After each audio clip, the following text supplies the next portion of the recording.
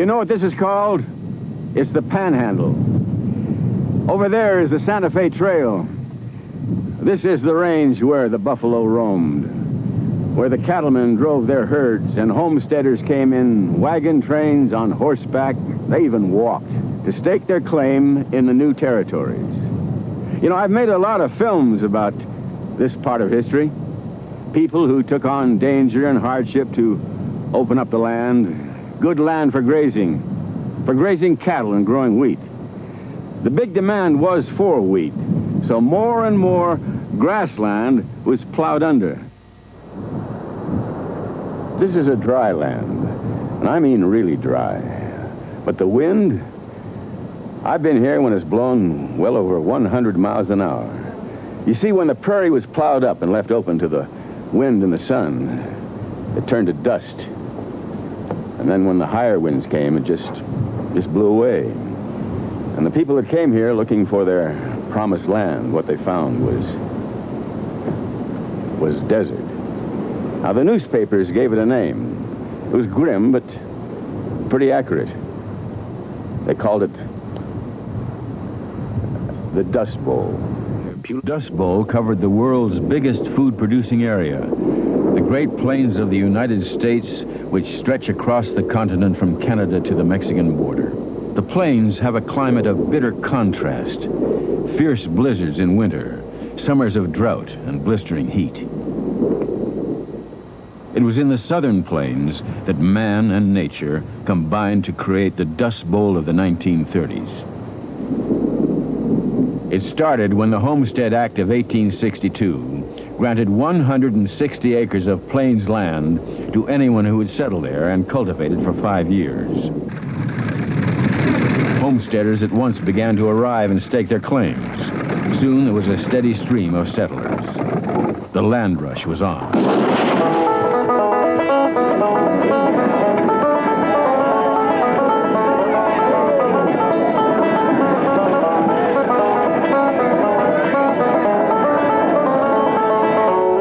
Mother came out here from Missouri in 87 and covered wagon. My father came up here from Arizona in 1890 after Indians killed his partner and cleaned him out down there.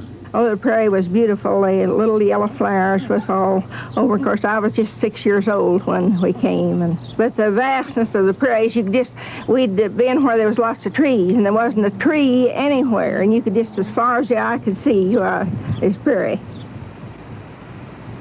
The population of the Great Plains boomed. In 1897, it had been 500,000. By 1910, it had shot up to 5 million. We farmed with horses up to about 1925, when the newer style tractors started coming out. I remember that in 1926, out of this one store, I sold 65 new tractors. In 26, they raised the biggest wheat crop that's ever raised in the Panhandle. And then people came in here from Kansas, Missouri, and and they got the tractors and broke up the land and went to raising wheat, maize. The Great Plains became known as the breadbasket of America, an endless sea of wheat harvested by a fleet of combines. It was the envy of the world. The farmers thought that the good years of the 20s were a product of the natural weather pattern of the area. They didn't realize that drought was part of that pattern too, that they had been producing rich harvests in the 20s because they happened by chance to be in a rainy cycle, but the good years were coming to an end. Unknown to the farmers, the steel plows were digging the foundations of the Dust Bowl. By the end of the 20s, things were set for disaster. Wall Street had crashed. Europe had its own recession and could no longer afford American wheat. The 1931 harvest was a record, but prices fell through the floor. Then the drought began.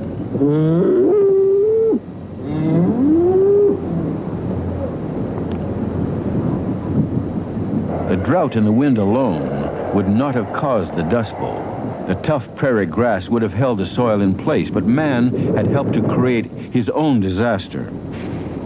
Where he had plowed, it simply blew away.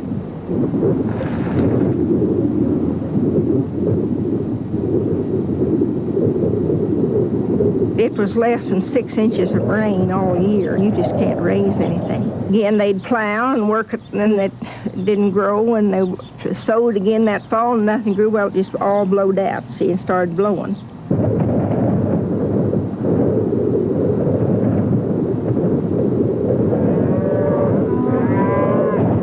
It was something we'd never had before. We'd have a dry year or two, but well, I planted 7 straight crops here and never caught a grain.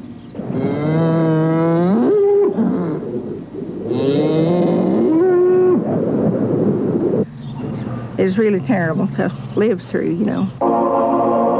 Now came the dust storms.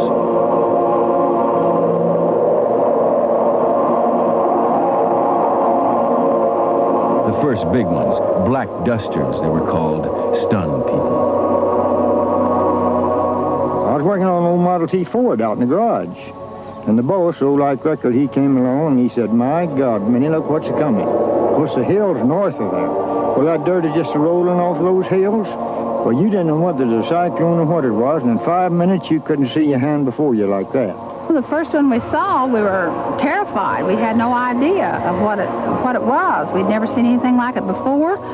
We didn't know whether, when it passed, whether we'd be alive, whether we would be dead, just exactly what it would be like. It just looked like a great big mountain that came in from the north. Always they came in from the north, never from any other direction. And they'd follow, of course, a weather front is what brought them in. And it just looked like a great big huge mountain just rolling, and it just rolled. You could just literally see it. Then when it got here, you couldn't even see the hand in front of your face at 4 o'clock in the afternoon. I just got to the screen door when it hit, and you couldn't see your hand before you. Well, I walked in, and naturally, you know where everything's at, and we still used coal oil lamps those days, you know, and didn't have no electricity. And I walked over to the oil stove and got a match and struck a lamp, lit the lamp. And then my little boy didn't come in with me, and I called to him, and he was at the window. She says, "There's a dust storm on, son." Oh, I ain't afraid of dust storm. So she opened the screen from the inside and pulled him on in the window. That he learned then after that what a dust storm was. Well, it blowed from 5 till about 9 o'clock. It began to get reddish. It was still blowing. And Dutch was caught in the field 2 miles east and a half a mile north. When he turned to come south with the tractor, it hit him. Like my wife said, I was there from 4:30 until 10 o'clock at night, and it kind of lightened up, and you couldn't get on the road, because if you got on the road, you'd hit somebody. And if you pulled off of the road, you know, in a bar ditch, you could run into somebody else. That old dust storm killed my baby, but it can't kill me, Lord, and it can't kill me. That old dust storm will kill my family, but it can't kill me, Lord, and it can't kill me. That old landlord, and it got my homestead, but it can't get me, Lord, and it can't get me. That old dry spell killed my crop boys, but it can't kill me, Lord, and it can't kill me. The farmers who endured and survived the Dust Bowl have little hesitation in blaming the bad farming methods of the early years for the devastation they saw around them. There was too many eastern farmers come and plowed deep. There's going to plow, really turn that over. But if you want to really raise something in a plains country, just cut your sod about that deep, 2 inches deep, not over that, and turn it over. But wherever they plowed 5 inches deep, why, it just all blowed out.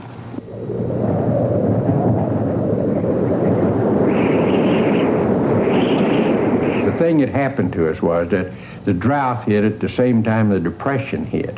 And it like to broke all the banks, because there was no ways. They had to protect themselves. And that's what made it hard. It was hard on your financial institutions as well as it was your farmers. And It was just a rough go any way you took it. By the mid-30s, the situation was desperate. The Roosevelt administration stepped in, setting up programs to help the farmer, and most important, lending them money to see them through at half the interest the banks had charged. They'd loan you 10 cents an acre to go out here and work this ground. Well, you couldn't start for 10 cents an acre today, but back then, where we could buy fuel for 3 to 7 cents a gallon, why, you could go out there and work that ground.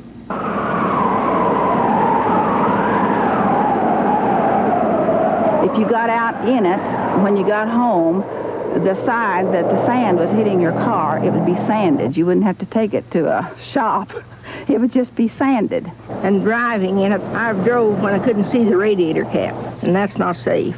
And in March of 1935, it blowed 27 days and nights. It just blowed constantly, and you couldn't wash clothes and hang them on the line and get them dry. And if it had come a little sunshiny spell, we'd sure get busy and wash and get our clothes dry, because they'd get full of sand.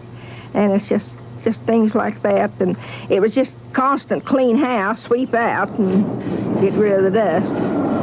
Instead of just sweeping the floor and casually putting it on a little dustpan and taking it out, we would actually sweep it up by buckets full and take it out of the houses. One night I jumped out of bed and back in. I was so scared. I didn't know what happened, but the ceiling fell in. And the dirt just tumbled down on the floor, you know, and just tubs full of it, you know. There was no way you could keep the dirt out of your house.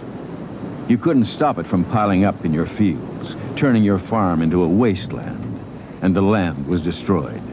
Farmers and farm workers were put out of work. In the drought and the dust, every living creature suffered. They worked with their livestock. They used horses for power, and the horse was the first thing that went, because the dirt and lack of grass and grain and so forth, he couldn't withstand that, and they'd have digestive troubles and they'd lose their horses, you know. If they lost a horse, they were out of power. The government-backed Farmers Home Administration not only loaned the farmers money, it also gave them technical advice, for example, on the size of their herds. The government bought a lot of cattle because people couldn't feed them, and they'd just buy them, take them out here and shoot them. So Dad had to take his registered shorthorn out, and the government bought them from him for $17 a head. There was a great big pit dug out in the ground, and then they had to take a bullet and then shoot them and then drag them off and put them there and cover them up. And that's the first time in my life that I ever saw my father cry. The farmers' whole existence was threatened. How could they hang on? Now, the people who got depressed left. They just felt like they couldn't take it. It was just too much for them. But they would come by and they'd tell my father, well, you're crazy for staying in this country. We're going to go to Oregon or Washington, and we're going to have us a life. We're not going to stay in this. And my father said, no, I don't think it will always be that way. I think there has to maybe be sunspots or just weather condition, and it will get better someday. And he said, I like it here, and I'll never leave. But not everyone could hang on. You see, maybe in the good years you borrowed money from the bank to buy machinery. Now the bad years were here and you had no way of paying it back. Sometimes the bank would help you to get going, but sometimes it foreclosed, took away your farm, and you could be broke. Yeah, out of a job. A trespasser on your own land. And this cost jobs. That's what machines can do. A lot of people ended up blown out and broke. And in some cases they were tractored out. That means the tractors went in and they pulled down their homes. But there was one thing they could do. Move out, travel west, like their parents and grandparents had done. Work hard and build a new home in a golden land that everybody was talking about, California. Leaflets and advertisements in the papers told the Dust Bowl people that California needed workers. If you were willing to work, you could earn a few dollars picking grapes or oranges and start all over in that warm and generous climate where the dirt didn't blow. Thousands of families piled their belongings into old jalopies and trailers and followed Route 66 to the Golden West. I'm a Dust Bowl refugee, just a Dust Bowl refugee. From that Dust Bowl to the Peach Bowl, now that peach buzz is killing me. Across the mountains to the sea, come the white man, kids and me.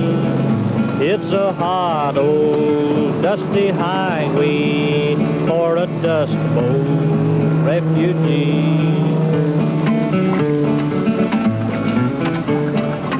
We just thought we was just going to go where the money grew on the trees, I think. And we was anxious to come. These people come in with these old automobiles, old trailers, and everything piled in them, you know. They brought everything they owned, which wasn't very much at times. But the people from the Great Plains didn't realize what lay ahead of them. Ramshackle, insanitary living conditions, sickness and hunger. They had exchanged one set of hardships for another. Some authorities in California put up barriers against the new arrivals, even formed border patrols with local police to keep them out.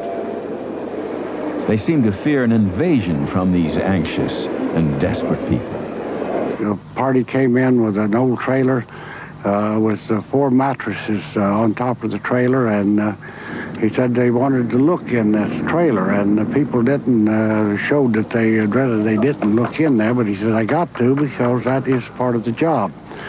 So he started digging down in there, and he found a child under the 3rd mattress and was almost smothered. He said, why did you have the child under there? Well, said, we heard, we think the child has tuberculosis, and we'd heard they would allow nobody with tuberculosis to enter the state. And so he got him out and got him revived. He was almost smothered. The new arrivals were given a label, whether they came from Arkansas, Texas, or Oklahoma. They were called Okies. Now, sometimes they were greeted with suspicion and hostility, as transit workers so often are the world over. And yet these families were not transients. No, they were settlers, looking for a place to settle. People called them Okies. Even if they were from Texas or Arkansas or Oklahoma, they were Okies, because the dictionary defines an Okie as trash. Now and we lived here, so they called us Okies. Well, we weren't trash. We were, like I say, trying to find a new life. I considered myself an Okie, you might say. Kids call me Okies, and it seemed like we were forever fighting, but looking back on it, I'm not too sure. Well, we didn't start most of the fights ourselves. We had a chip on our shoulder. I've had a few fights in school over it. Usually hit somebody in the nose, and that was the end of it, though. The labor camp at Arvin in California was typical of those built by the government to house the families. It was, in fact, a location for the film of John Steinbeck's novel, The Grapes of Wrath, and it's still used to house migrant workers. The first arrivals here lived in tents. Everywhere you went, there was people living in pasteboard shacks, in tents. Some of them living out under the trees. They didn't even have a tent or a piece of pasteboard to make a shack out of. Just wherever there was a tree and any water close, they were camped there. They had dances every Saturday night, and everybody went to the dances because it didn't cost anything. And they'd dance nearly all night, and then people would sleep on the platform after the dance was over because they had nowhere else to go. The people had come here to look for work, but this was a time of high unemployment. And I wonder, will I always be a Dust Bowl refugee? Just as many men as could get in one car, they'd all leave out in one car, pool what little money they had for gas, and go look for work, but there was just no work to be had. If you stumped your toe and fell down, there was another man right behind you to take your place. But the Dust Bowl refugees held on and gradually became a part of California. They found jobs and made good. And on the Great Plains, the dry years finally came to an end in 1941, when the rain fell at last. Before the 1930s, little research had been done on soil conservation. It was not until the Dust Bowl that the government set up the Soil Erosion Service, the first of many government agencies designed to study the agriculture of the Great Plains. The standards hoped for by the Soil Erosion Service could never have been met by the old one-way plow, which was used extensively in the 1930s and which is still in use today. The thing we object to about this plow is that it covers up about 50% of all of our residue on the first plowing. You see, we've got some weeds, but notice how much of this residue has been buried. Every time we plow it, we bury more residue and we break up more clods. So this is going to be very subjective to wind erosion if we have other conditions conducive to it.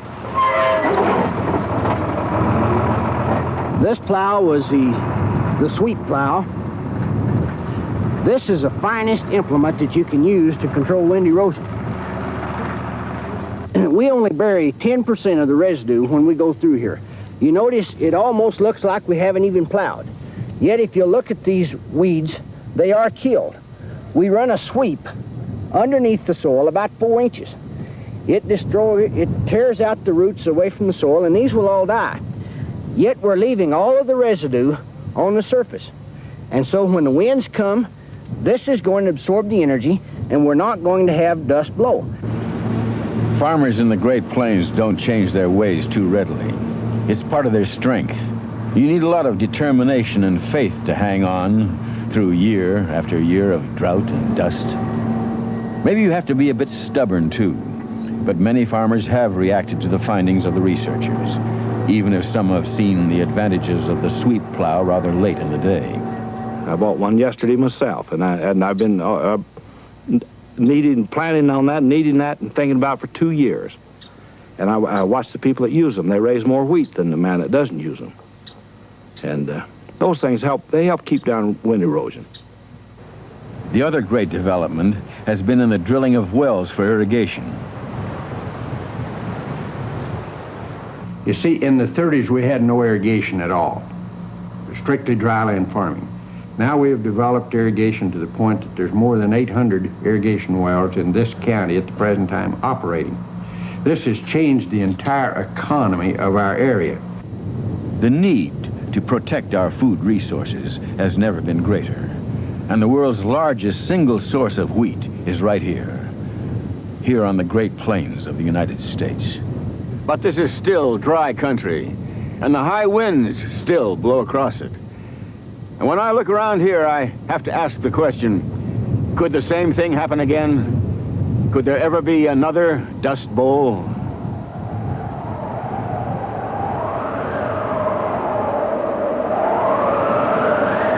It could happen again, but I wouldn't think it would get that bad because we have better equipment. You can get over more country, and people have learned to take care of the land in much better shape. We got the finest country in the world, and we love it, and we got them mastered.